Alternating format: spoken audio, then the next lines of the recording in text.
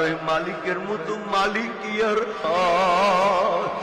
যেই মালিকের কত হুকুম অমান্য করলাম, এরপর ওই মালিক আমারে কোনোদিনও জমিন থেকে ভাগাইয়া দেয় নাই, পানি বন্ধ করে নাই, আলো বন্ধ করে নাই, বাতাস বন্ধ করে নাই। ওই মাওলারে আমি পাই না।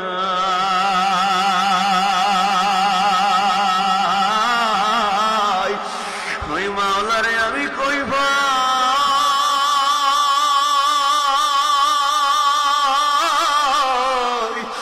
ওই মাওলার প্রেমে মহব্বত আমি কাদির।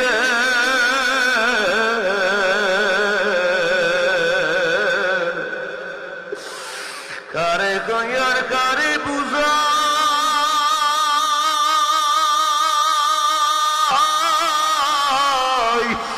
এর যে ব্যথা কি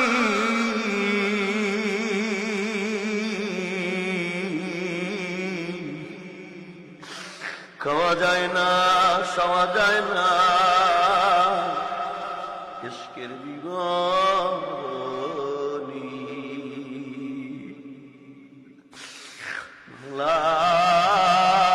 জাহান্নামীরা জাহান্নামের মধ্যে ডাকবে 1000 বছরে, আল্লাহ কোন উত্তর দেবে না। 1000 বছর পর আল্লাহ কবে, কিরে জাহান্নামী আমার ডাকে কেন?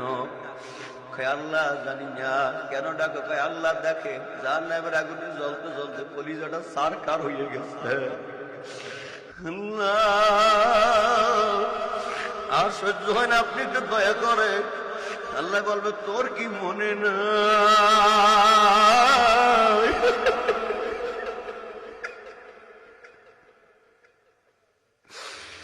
আমি আল্লাহ তোরে ফজরে ডাকছিলাম,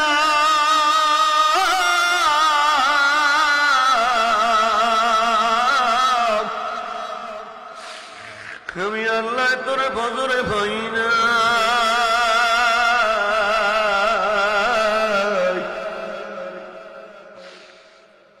আমি মনে করছি তুই হয়তো বা জহুরে আসবি, জহুরে আমার মুয়াজ্জিন তোরে ডাকছি, তুই জহুরেও নাই। তোরে আমি আল্লাহ আসরে পাই নাই, মাগরিবে পাই নাই, এশায় পাই নাই। দুনিয়ায় যেমনি তুই আমারে ভুলে গেছো, আজকে আমিও তোরে ভুলে গেলাম।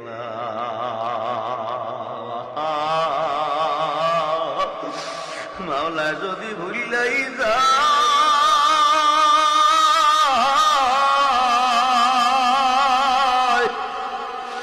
কি উপায় হবে বুঝতে শুনলে মাওলার খবর যাইও। জাহান্নামের আগুনে জ্বলতে জ্বলতে বলবে, আল্লাহ একটু গোসলের ব্যবস্থা করো, ঠান্ডা পানির ব্যবস্থা করো। আল্লাহ বলবে, ওর জন্য কোনো ঠান্ডা পানির ব্যবস্থা নাই। যা ফেরেশতারা জাহান্নামে 3 পদার্থের মিশ্রণে যেই মেডিসিন আমি বানাইলাম, এইটা নিয়ে যা। যখন নাফরমান কি গোসলের জন্য মাথার উপর দিয়া পানিটা ঢেলে দেবে, ঢেলে দেওয়ার সঙ্গে সঙ্গে মাথার তারাটা টাস করে ফাটিয়ে যাইবে, মাথার গিলুগুলো টকবক করে পড়ে শুরু করবে।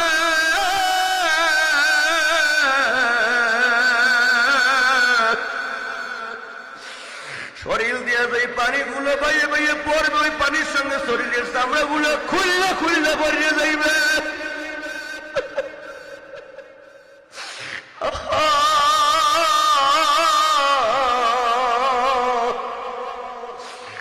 ও মাওলা মাফ করে দিও। ও ভাইরা, আমি ক্ষমা চাই, আমার জন্য দোয়া করো, আমার মাওলা যেন আমার মাফ করিয়া দেয়। কোন আমল নিয়ে আমার মাওলার সামনে দাঁড়াইব, এই মুখ আমার মাওলারে কেমনে দেখাইব? আমার হিসাব মেলে না। এরপরে বলবে, আল্লাহ জাহান্নামের আগুনে জ্বলতে জ্বলতে বাড়ির পরে পিপাসা লাগিয়ে গেছে, একটু পানি দাও। আল্লাহ বলে, ফেরেশতারা 3 পদার্থের মিশ্রণের পদার্থটা ওরে দে। যখন হারে বলবে, তার আগে ওরে একটু খাদ্য দেওয়ার ক্ষুধা লাগছে নাকি, যেটার সঙ্গে হবে একবারে তার কাটার মতো। দেখবে, কিন্তু বোঝার পরও খিদার তাড়নায় যখন খাইতে শুরু করবে, খাইবে, গলার কাছে এসে বাজ্যে পড়বে। এরপরে যখন বাজ্যে পড়বে বলবে, আল্লাহ, দুনিয়ায় কিছু খাইলে গলার মধ্যে বেজে পড়লে আমরা পানি খাইতাম, একটু পানি দাও, ঠান্ডা পানি দাও, আমার বড় তৃষ্ণা লাইগে গেছে। আল্লাহ পাক রব্বুল আলামিন বলবেন, ফেরেশতারা ওরে পদার্থটা দে। যখন এই পদার্থটা এত গরম হইবে, উত্তপ্ত হইবে, যখন সামনে নিয়ে ধরবে, বালতির দিকে যখন তাকাইবে, বালতির দিকে তাকানোর সঙ্গে সঙ্গে নাক মুখের চামড়াগুলো ধরছে, টাস করে বালতির মধ্যে পড়িয়ে যাইবে, তবু পিপাসা মিটবে না। পিপাসার কারণে যখন ডগ ডগ ডগ করিয়ে গিলিয়ে ফলাইবে, পেটের মধ্যে গিয়া নারী বুড়ি পচাইয়া গলাইয়া পায়খানার রাস্তা দিয়ে ভরিয়া যাইবে, আর বলবেন, আল্লাহ, ঠান্ডা পানি দাও।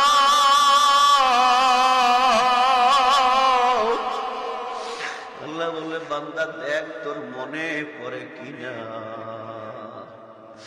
রোজার মাসে আমার কত বান্দারা মাঠে ঘাটে কাজ করে আমি আল্লাহরে ভুলে নাই, আর তোর কোনো কাজ ছিল না, তুই কিচ্ছু করো নাই, তবু তুই রমজান মাসে দুপুরে বেলা পানি খাইছ। এখন আমি মাওলার কুদরতি দিলের মধ্যে ব্যথা লাগিয়ে গেছে, এখন